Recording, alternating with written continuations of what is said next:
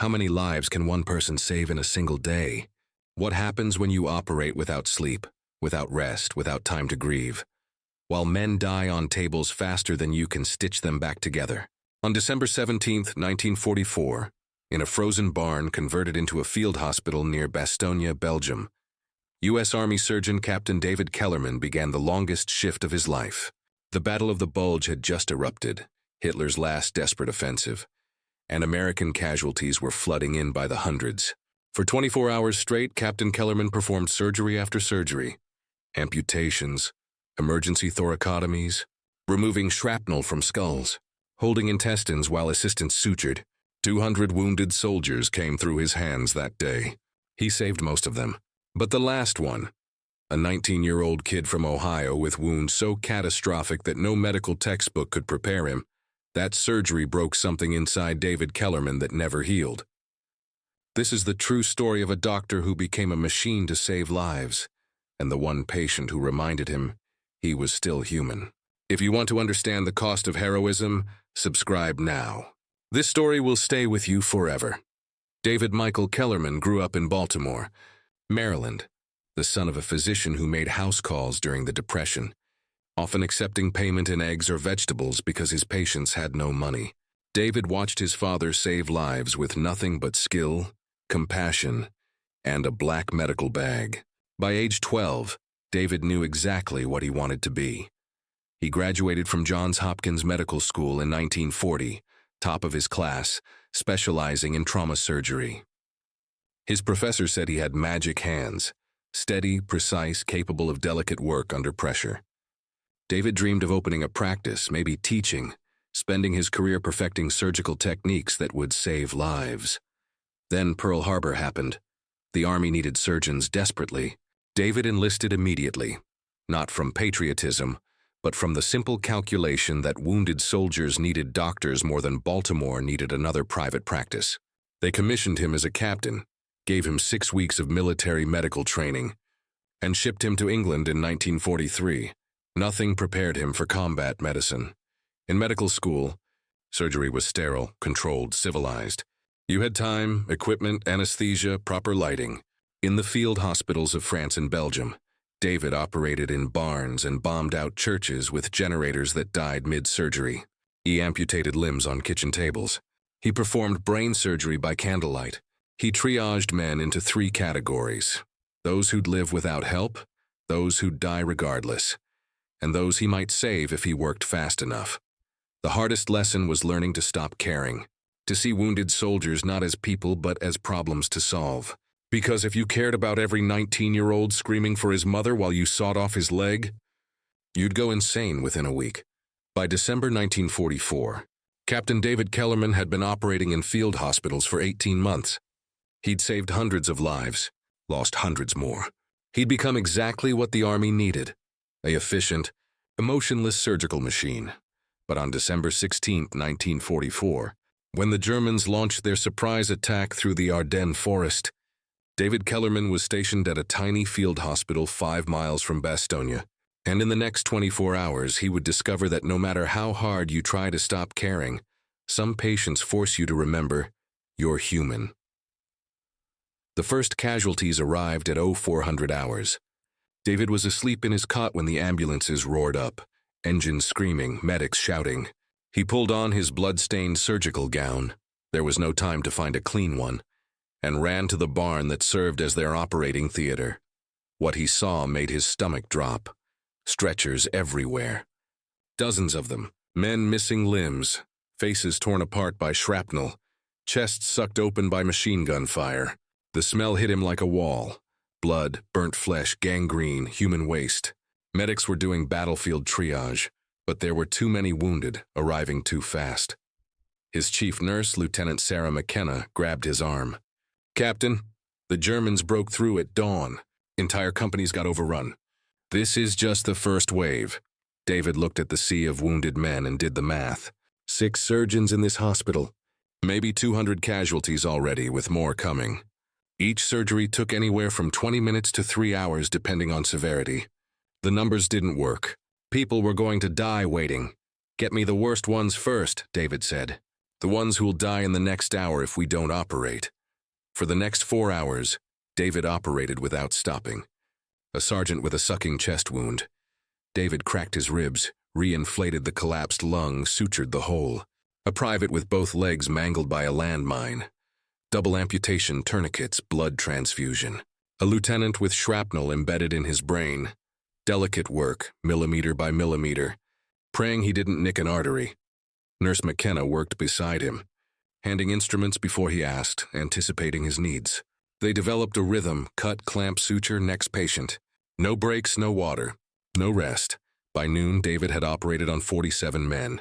39 would survive.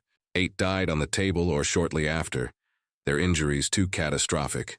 David didn't stop to grieve. Couldn't, because the ambulances kept coming. By 1800 hours, he'd done 93 surgeries. His hands were cramping. His vision was blurring. But he kept working because stopping meant men died. At 2100 hours, one of the other surgeons collapsed from exhaustion. David took his patients too, by midnight, 20 hours into his shift. David Kellerman had saved 163 soldiers and was operating on pure adrenaline and willpower. David stopped seeing faces, stopped hearing names. Each wounded soldier became a collection of injuries to fix, a mechanical problem requiring mechanical solutions. Compound fracture, realign, pin splint, abdominal wound, open clamp bleeders, repair perforations, close, facial trauma, reconstruct, suture, pray they can still see. His hands moved automatically. Scalpel, forceps, retractor, suture. His brain calculated blood loss, monitored vitals, made decisions in microseconds. Save the arm or save the life. Amputate now or risk sepsis later. Morphine dose for a 180-pound man with shock versus a 140-pound man with the same wounds. Nurse McKenna tried to make him take a break at 100 hours. Captain, you need to rest. Even 15 minutes? Next patient, David said, his voice flat, dead. She brought him coffee laced with Benzedrine, military-issue stimulants to keep pilots and surgeons awake. David drank it without tasting it and kept operating. Around 200 hours, something strange happened. David stopped feeling tired. His body went numb. He entered a state beyond exhaustion, where pain and fatigue simply stopped registering. He'd heard about this from other combat surgeons. The zone, they called it. Where you became pure function, a machine that cut and stitched and saved. It was the only way to survive. Patient 187. Corporal James Hutton, shrapnel in liver. Survival rate 40%. David opened him up, removed 13 pieces of metal, repaired the lacerations, closed him up in 38 minutes. Hutton would live. Patient 191, Private Marcus Webb, left arm hanging by tendons. Amputation 14 minutes.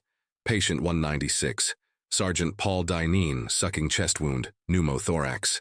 Emergency thoracotomy. 22 minutes, stable. By 0330 hours, David had performed 199 surgeries in 23.5 hours. His surgical gown was so soaked with blood it looked black. His hands shook when he held instruments, but his cuts remained precise. One more patient. Just one more, and he could collapse. Then the ambulance arrived with the kid from Ohio. The medic who carried the stretcher was crying. "Doc, I don't know how he's still alive. I've never seen anything like this." David looked down at the soldier on the stretcher, and for the first time in 24 hours, the machine broke, and he remembered he was human. Private First Class Tommy Brewer, 19 years old, Cleveland, Ohio. Dog tags said O-positive blood type, but the dog tags were the only intact part of him. German artillery shell had landed 3 feet away. The blast had torn through his abdomen, chest, and left side. David could see intestines, ribs, lung tissue. Everything that should be inside a human body exposed to air and dirt and shrapnel. His left arm was gone below the elbow. His left leg was shattered, bone fragments visible through meat. Burns covered 40% of his body. By every medical standard, Tommy Brewer should have died in the field, should have bled out in minutes. But somehow, impossibly, his heart was still beating. Weak, erratic, but beating. David stood frozen, staring. In 24 hours, he'd seen every kind of wound imaginable. But this was beyond saving. This was a boy being kept alive by sheer biological stubbornness. and the kindest thing David could do was give him enough morphine to let him slip away peacefully. That's what the machine would do. That's what triage demanded. Then Tommy opened his eyes, blue eyes terrified, and whispered, "Doc, am I gonna make it?" The machine shattered. David saw Tommy's face, freckles, baby fat still on his cheeks, scared in a way only teenagers can be scared. He saw the letter sticking out of Tommy's torn uniform pocket, addressed to Mom and Dad. Cleveland? He saw the St. Christopher medal around Tommy's neck, covered in blood. Nurse McKenna appeared beside him, voice gentle. "Captain, we both know. Prep him for surgery," David said. David. She used his first name, which she never did. "There's no way. Even if you save him, the trauma, the infections, the recovery time, prep him now," she stared at him, then nodded and started pulling supplies. David looked down at Tommy Brewer, this impossible boy who should be dead but was somehow stubbornly refusing to die, and made a promise he knew he might not be able to keep. "Tommy, I'm going to try. I'm going to give you every chance I can. You understand?" Tommy nodded, tears streaming. "I want to go home, Doc. I want to go home." "Then let's get you there." David had operated on 199 soldiers in 24 hours. Tommy Brewer would be number 200, and the hardest he started with the bleeding. Clamped every visible artery, tied off vessels, packed wounds with gauze. Tommy's blood pressure was crashing. They pushed plasma, whole blood, anything to keep his heart beating. BP dropping, McKenna warned. 60/40, more blood. "Get me epinephrine ready." David worked inside Tommy's abdomen, hands moving through a landscape of destroyed organs. The intestines were perforated in 11 places. David resected the damaged sections, reconnected what he could salvage, praying it would hold. The liver was lacerated. He sutured it, knowing it might not be enough. Tommy's left lung had collapsed, shredded by shrapnel. David opened the chest cavity, removed metal fragments one by one, repaired the tissue with surgical thread finer than hair. Each stitch had to be perfect or Tommy would drown in his own blood. 2 hours in, Tommy's heart stopped. "Losing him," McKenna shouted. David didn't think. His hands moved to Tommy's chest, began manual compressions, squeezing the heart directly, forcing it to pump. "Come on, kid. Don't quit on me now. 30 seconds, a minute." McKenna prepared the epinephrine injection. Then a flutter. The heart restarted, weak but steady. David kept working. Amputated what remained of Tommy's left forearm, debrided the burns, set the shattered leg with external fixation. Every minute was a battle against shock, infection, blood loss, organ failure. 4 hours into surgery, the sun was rising outside the barn. David had been operating for 28 hours straight. His hands were shaking so badly that McKenna had to guide his sutures. "Captain, you need to close," she whispered. "You've done everything possible." David looked at Tommy's face, still breathing, still fighting, and made the final stitches. When he finally stepped back, covered head to toe in blood, David had saved 200 soldiers. Tommy Brewer, against all odds, was still alive. But David knew the truth. Survival and living weren't the same thing. And what Tommy would wake up to, if he woke up, might be worse than dying on that table. Tommy Brewer survived the surgery, and that was the problem. He woke up 3 days later in an evacuation hospital in Paris, and David was there to see it. Tommy's eyes opened, confused, searching. Then awareness came. The pain, the missing arm, the tubes, the bandages covering half his body. He tried to speak but couldn't. David held his remaining hand. "You made it, Tommy. You're going home." But Tommy's eyes said what his voice couldn't. Is this what home looks like? Over the next 2 weeks, as David followed Tommy's recovery before being reassigned, he watched the boy from Cleveland come apart. The physical wounds would heal mostly. The army would fit him with a prosthetic arm eventually. The burns would scar over. The shattered leg would support weight with a brace. But Tommy had lost something deeper than limbs. He'd lost his future. 19 years old, permanently disabled, facing a lifetime of pain, surgeries, phantom sensations, and a body that would never work the way it used to. He couldn't feed himself, couldn't dress himself, couldn't go to the bathroom without help. One night, Tommy looked at David with hollow eyes and whispered, "Why'd you save me, Doc? I begged you to help me go home. Not like this." David had no answer. The other 199 soldiers he'd operated on that day, most went home intact or close enough. They'd walk again, work again, live relatively normal lives. But Tommy, the one David had worked hardest to save, the one he'd refused to give up on, would spend the rest of his life wishing he'd died in that barn. David returned to the United States in June 1945 after Germany surrendered. The Army awarded him the Distinguished Service Cross for his 28-hour surgery marathon. The citation called him an extraordinary surgeon who saved 200 American lives through skill and dedication beyond measure. They threw him a parade in Baltimore. His father, retired now, stood in the front row, tears streaming down his face with pride. But David felt nothing, just emptiness. He opened a private practice like he'd always planned. Johns Hopkins offered him a teaching position. He had magic hands, everyone said. The best trauma surgeon on the East Coast. Patients traveled from across the country to be operated on by the legendary Dr. David Kellerman. But at night, David dreamed about Tommy Brewer. He dreamed about holding that boy's hand while Tommy screamed during dressing changes. Dreamed about the letter Tommy finally wrote to his parents. "I'm coming home, but I'm not the son you remember." Dreamed about the choice he'd made to save a life without, asking if that life was worth saving in the condition it would be lived. David started drinking in 1947, not heavily, just enough to quiet the dreams. Then heavily because the dreams got louder. His wife left him in 1952, telling him, "You're not here, David. You're still in that barn." She was right. In 1958, David received a letter from Ohio, Tommy Brewer's mother. She wrote, "Thank you for saving my son. He lived 13 years after you operated on him. He got to come home, see his family, meet his nephew. But he never stopped hurting. Last month, he took his own life. I want you to know it wasn't your fault. You gave him time to say goodbye, time to make peace. You gave him that gift." David read the letter 3 times, then put it in a drawer with his Distinguished Service Cross, and never looked at either again. Dr. David Kellerman practiced medicine until 1979, when arthritis made surgery impossible. He'd saved thousands of lives over his career, but he never forgot the 200 he'd saved in one 28-hour shift, and he especially never forgot number 200. Before he died in 1986, David gave one interview to a medical journal about that day in December 1944. The interviewer asked if he'd do anything differently. David was silent for a long time. Then he said, "I saved Tommy Brewer because he begged me to try, because he had blue eyes and a mother in Cleveland, and because I couldn't stand the thought of one more kid dying on my table. I did everything right, technically. Perfect surgery, textbook recovery. But I gave him 13 years of suffering when I could have given him peace.